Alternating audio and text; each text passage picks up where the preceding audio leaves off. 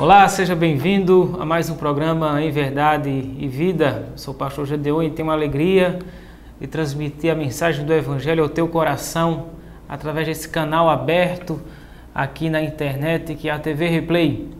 Eu espero que em todos os programas você possa ter um encontro verdadeiro com o nosso Senhor Jesus Cristo e com sua palavra.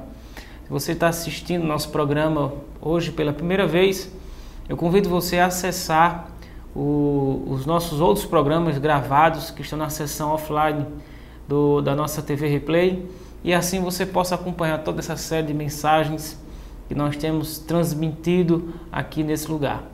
Que Deus possa abençoar você e a sua família com cada mensagem que você vai assistir. Também nos acompanhe nas redes sociais que vão estar passando aqui no nosso monitor.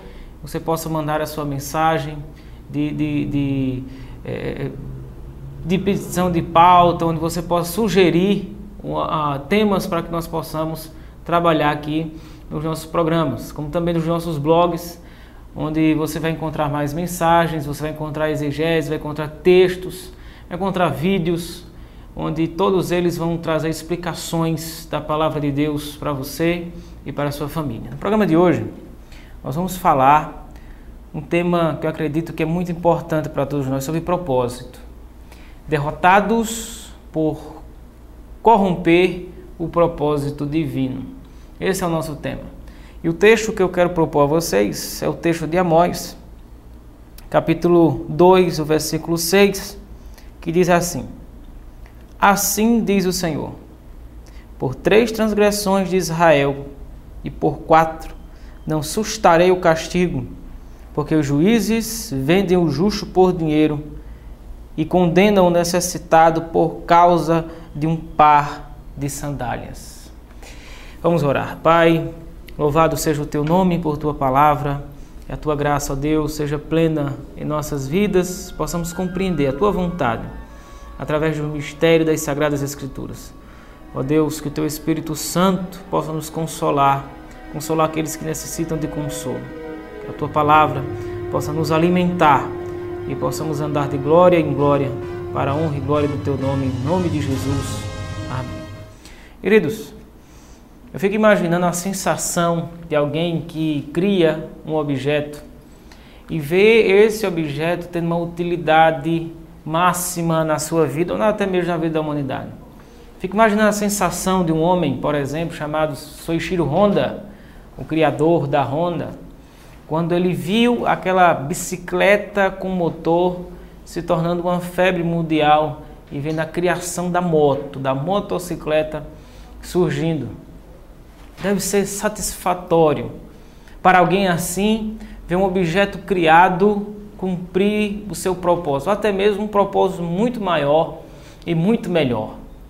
Por um outro lado, eu também fico imaginando a sensação daqueles que criaram algo, fizeram alguma descoberta e viram esse objeto tendo o seu propósito inicial completamente corrompido, como foi o caso, por exemplo, de Santos Dumont, o criador do avião, quando ele viu a sua criação, o seu invento sendo utilizado como instrumento de guerra. Segundo a história, isso levou esse homem a uma profunda tristeza e melancolia, porque o propósito de sua criação foi corrompida. Olha, queridos, eu acredito que numa proporção até muito maior, Deus ele se vê em um desgosto quanto àquilo que a humanidade se tornou. Mas eu quero trazer esse desgosto de Deus para algo mais restrito, sobre quando alguém é chamado por Ele para um determinado propósito. É claro que inicialmente o propósito de salvação, mas também um propósito ministerial, um propósito de trabalhar no reino de Deus, e essa pessoa se desvia, corrompe esse propósito do Senhor. Deus levanta esse profeta, o profeta Amós, para convocar a nação de Israel a voltar para o propósito inicial. Amós proclama a palavra de Deus entre os anos 790 e 740 a.C., no momento em que todo Israel já estava dividido entre duas nações, Israel e Judá, e cercado por várias outras pequenas nações, como Damasco, Amon, Gaza, Tiro, Edom, Moabe, e outros pequenos vilarejos que ficavam ao redor. Cada uma dessas nações trabalhava em conjunto com Israel e Judá em uma parceria econômica. Andavam juntos. Esse aqui foi um dos momentos de mais prosperidade vivenciado por essa nação. Deus levanta Amós, que era um criador de gado, um criador de bois, um fazendeiro, para proclamar a palavra de Deus. E Amós mesmo diz: eu não sou um profeta profissional. Eu não sou alguém que é pago para profetizar. Mas Deus me tirou de diante dos bois. O Senhor me tirou de dentro do mato para poder proclamar a sua palavra. E olha, queridos, Amós, quando prega a palavra do Senhor para essas nações, ele vai progressivamente se aproximando de Israel. O lugar que ele prega é em Israel, mas as suas primeiras mensagens foram contra as outras nações. Ele proclama a palavra de Deus contra Damasco, contra Gaza, contra Tiro, Edom e todas as outras que eu já citei. Eu fico imaginando, cada vez que ele pregava a palavra contra essas nações, o sentimento que estava no coração de Israel. Um sentimento de satisfação, porque eles estavam vendo um profeta de Deus proclamar contra as suas nações, as nações adversárias políticas e econômicas que estavam ao seu redor. E preste atenção uma coisa: até o momento em que este homem prega contra as outras nações, ele tem liberdade. Mas quando ele chega e começa a falar contra Israel, tentam emudecer ele. O sumo sacerdote Amazias chega a propor a Amós que ele saísse de Israel com um saco de dinheiro e alguns pães e fosse proclamar essa palavra em Judá. Ou seja, o mal que eu não quero para mim, eu desejo para o meu inimigo. Foi isso que Amazias queria. O maior inimigo político de Israel era Judá. Havia um clima muito parecido com a Guerra Fria, onde eles não se combatiam, mas também não se amavam. E olha, queridos, Amós diz: olha, eu sei em quem eu tenho crido. O meu Deus disse que eu tenho que pregar aqui.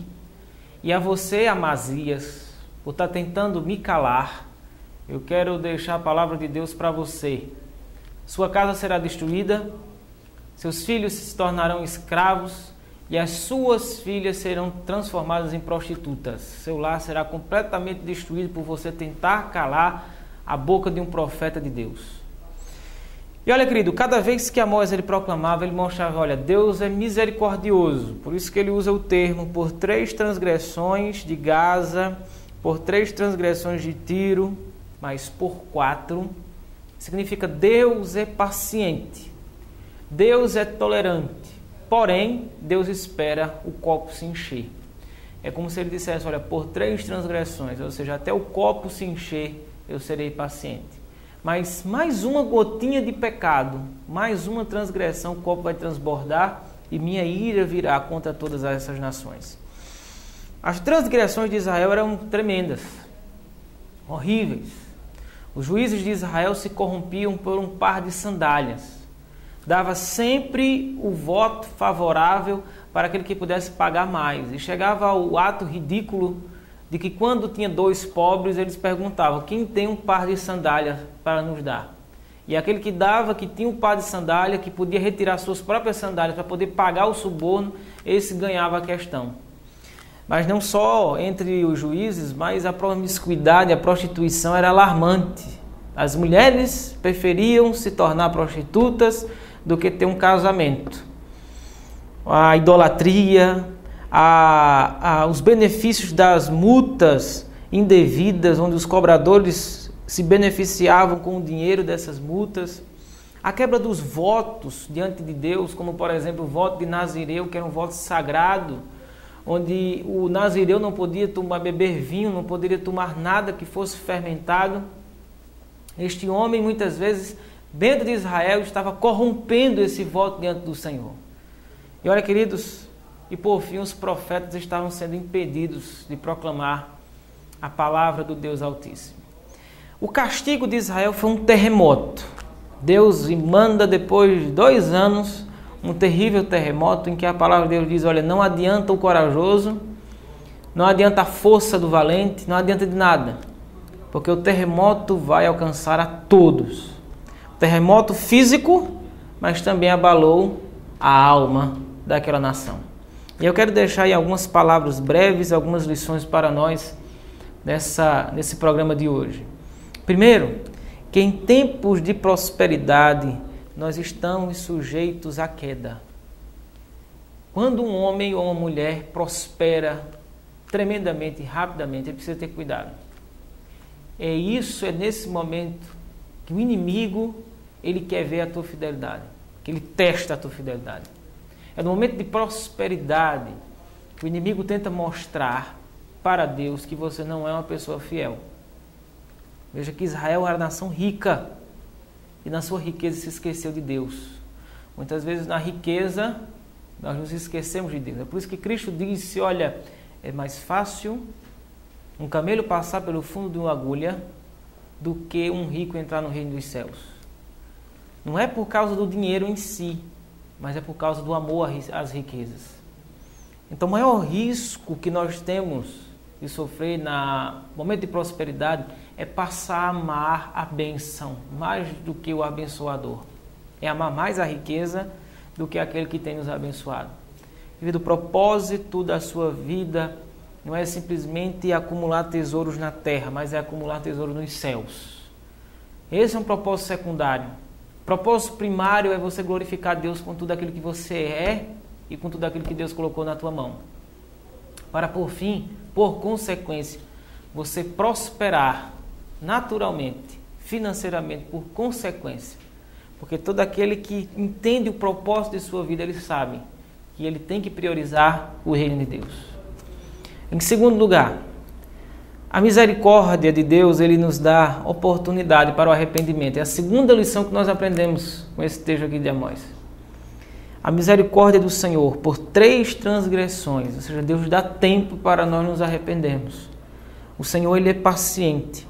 Agora, um conselho que eu te dou é que você não faça como Israel, que calava a voz da revelação divina. Você agora está ouvindo a mensagem de Deus. Deus está dizendo para você, você precisa arrepender-se. E cada vez que você cala a voz da revelação de Deus para o teu coração, você está querendo dizer, Senhor, eu não estou preocupado com a tua punição. E aí Deus diz, olha, por 3 transgressões, ou seja, eu tenho tido paciência contigo, mas minha paciência tem limite. Vai chegar um ponto que eu irei parar. Em terceiro lugar, mais importante do que você entender que Deus é misericordioso é você atender a voz de Deus, porque o basta do Senhor virá. Essa é a terceira lição. O basta de Deus virá. A 4ª transgressão, e aí Deus diz, por 4 transgressões eu não vou mais me segurar. Ele está querendo dizer isso, eu vou vir dar um basta. E o basta de Deus vem como um terremoto, que sacode o nosso chão e coloca tudo aquilo que a gente organizou nas prateleiras de pernas para o ar. A pergunta que eu te faço é o seguinte, será que você só vai agir na sua vida quando o basta de Deus chegar? Quando toda a prosperidade que você acumulou vai se definhar, quando o teu lar realmente vinha se definhar, será que você só vai atender a Deus nesse momento? No momento de terremoto? E pode ser também que você hoje esteja vivendo esse terremoto, sua vida esteja de perna para o ar. E a reflexão que eu te chamo hoje é a seguinte, será que não chegou a hora também de você se arrepender? De buscar a Deus e se entregar à palavra do Senhor? E em 4º e último lugar, o projeto eterno de Deus jamais será frustrado. Se Deus tem um projeto na sua vida, um plano, esse plano jamais será frustrado. Agindo Deus, quem impedirá? Nem mesmo o homem. Eu e você não podemos impedir o agir de Deus na minha vida. Então, se Deus tem um propósito na sua vida, como tinha na nação de Israel, Ele vai te trazer de volta. Ele vai te arrastar para a presença dEle. Eu espero que essa palavra fique gravada no teu coração e você seja abençoado por Deus. Contemple a misericórdia e atenda à voz do Senhor. Que Deus nos abençoe. Eu te espero no próximo programa. Em nome de Jesus. Amém. Deus te abençoe.